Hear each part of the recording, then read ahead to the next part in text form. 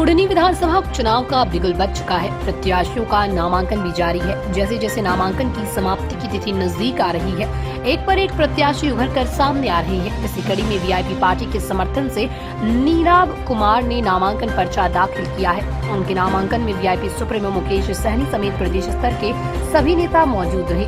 नामांकन के दौरान मुकेश सहनी समर्थक काफी संख्या में इकट्ठा रहे। इस दौरान जमकर मुकेश सहनी जिंदाबाद के नारे लगाए। इस अवसर पर वीआईपी सुप्रीमो मुकेश सहनी ने कहा कि उनके प्रत्याशी नीलाभ कुमार बड़े अंतर से जीत होगी। उनकी लड़ाई महागठबंधन से है, भाजपा रेस में ही नहीं है। उन्होंने कहा कि उनके प्रत्याशी के पास अपर कास्ट और मल्लाह के अलावा सभी वर्गों का समर्थन है। कुडनी विधानसभा में भूमियार समाज और सल्लाह समाज का वोट अधिक है। पार्टी ने काफी सोच विचार कर नीलाभ कुमार को प्रत्याशी बनाया। भाजपा का चेहरा जनता ने देखा है, किस तरह भाजपा ने वीआईपी पार्टी के साथ धोखेबाजी की है। नामांकन पर्चा दाखिल करने के बाद नीलाभ कुमार ने कहा कि कुडनी की जनता इस चुनाव में कुडनी के बेटे को ही वोट देकर विजयी बनाएगी। जी, पहले से निर्णय लिया था कि हमें चुनाव लड़ना है। वीआईपी पार्टी के घोषणा हमने किया था कि 16 तारीख को नामांकन करेंगे और आज हमने नामांकन किया है और एक पार्टी बना है तो चुनाव लड़ने के लिए बना है। मैदान में मजबूती से हम लोग लड़ेंगे और आप सभी को बता दूं कि हमारे प्रत्याशी नीलाभ जी जो है वो समाज सेवी है और बहुत ही युवा है और बहुत ही मजबूती से कोरोना काल में इन्होंने बहुत ही अच्छा काम किया था।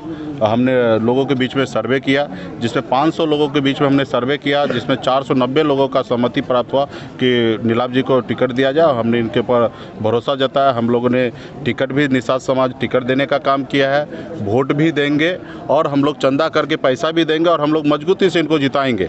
और इनका जो समीकरण है खास करके कुडनी विधानसभा में अपर कास्ट का वो बड़ा संख्या में है।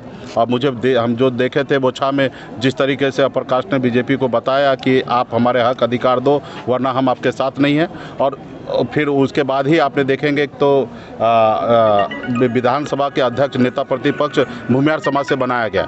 तो सिर्फ एक छोटा मोटा लॉलीपॉप देने से काम नहीं चलेगा। हर समाज को भारतीय जनता पार्टी अगर वोट लेने के लिए अगर सोचता है तो उनको सम्मान देना चाहिए। तो इसके लिए कहीं ना कहीं वो सम्मान वो नहीं दे पाता, इसके लिए सबको लड़ाई। उच्च अधिकारियों व कंपनी के अधिकारियों के साथ हुई वार्ता के बाद 102 एम्बुलेंस चालकों ने 63 दिनों के बाद हड़ताल समाप्त कर दी। इसके साथ एम्बुलेंस चालक अपने अपने काम पर लौट गए। उच्च अधिकारियों ने सभी एम्बुलेंस चालकों की कुछ मांगों को मान लिया है। 102 एम्बुलेंस चालक संघ के जिलाध्यक्ष मोहम्मद मुस्लिम ने बताया कि संगठन के प्रदेश अध्यक्ष और कंपनी के अधिकारियों के बीच वार्ता हुई। वार्ता के दौरान कर्मचारियों की कुछ मांगों को मान लिया, जिसमें एम्बुलेंस चालकों का पीएफ, जुलाई माह तक का बकाया वेतन और अन्य मांगों को जल्द हल कराने का आश्वासन दिया गया। उसके बाद हड़ताल को समाप्त कर दिया गया।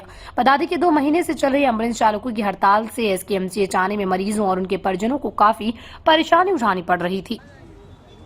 आज 63 दिन के बाद हड़ताल समाप्त हुई। आज 64वां दिन है जो गाड़ी शाम 4 बजे से सभी पीएससी में गाड़ी दौड़ने लगेगी और जो है सो पीएससी सदर मेडिकल कॉलेज में जो भी गाड़ी बंद थी आज से सेवा देना शुरू हो गया है। हमारा मांग था कि बकाया वेतन जुलाई तक दे देने के लिए, माह जुलाई तक वेतन मिल चुका है और पीएफ के लिए मांग था जो 27 महीना का लंबी पीएफ बकाया था जो कि 7 महीना का भुगतान किया गया है पीएफ का। बाकी जो बच गया है वह पैसा 30 दिन के अंदर में भुगतान करने के लिए सहमति बनी है। उसके बाद गाड़ी गैरेज में जाती थी, लंबी अवधि देखा के चालकों और टेक्नीशियन से वेतन काट लिया जाता था। अब काम नहीं देने पर उसको उपस्थित मानते हुए चालक टेक्नीशियन को लंबी अवधि गैरेज में रहने पर उपस्थित मानते हुए उनको वेतन का भुगतान किया जाएगा। विचाराधीन 4 घंटा अतिरिक्त का रहा जो मामला ऊंचे बड़े पदाधिकारी से और कंपनी के पदाधिकारी के बीच इस बात को समझौता किया जाएगा। ये मामला संज्ञान में लिया गया है। अगर इस मामला को क्लियर नहीं होता है तो ये मामला न्यायालय में चली जाएगी जो अतिरिक्त 4 घंटा का है। यह मामला संज्ञान में चला गया है। बाद बाकी जिन कर्मियों को नियुक्ति प्रमाण पत्र बकाया है, कुछ कर्मियों को कल वितरण किया गया है। जिन कर्मियों को बकाया रह गया है वो 21/11 इसी महीना में नियुक्ति प्रमाण पत्र दे दिया जाएगा।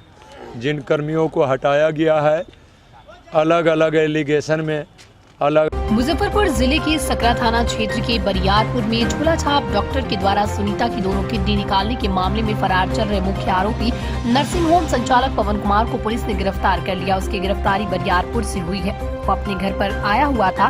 इसकी सूचना मिलने पर सकरा थानेदार सरोज कुमार, बरियारपुर ओपी प्रभारी राजेश कुमार ने टीम के साथ छापेमारी कर आरोपी को दबोच लिया। उसे पूछताछ के लिए मुजफ्फरपुर लाया गया। वहीं डीएसपी पूर्वी मनोज पांडे ने आरोपी पवन से पूछताछ की। इसके बाद उसे जेल भेज दिया गया।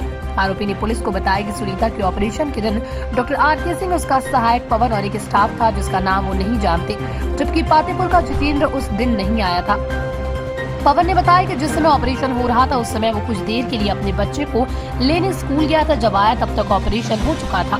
साथ ही डीएसपी पूर्वी को बताया कि मरीज की तबीयत जब बिगड़ने लगी तो वो खुद लेकर उसे पीएमसीएच गया था, लेकिन जब उसे पता लगा कि उसकी दोनों किडनी निकल चुकी है तो वो चुपके से वहाँ निकल गया। इसके बाद दिल्ली भाग गया था। कब आए यहाँ पर? 3 तारीख के लिए। अच्छा, अभी क्या चाह रही है आप?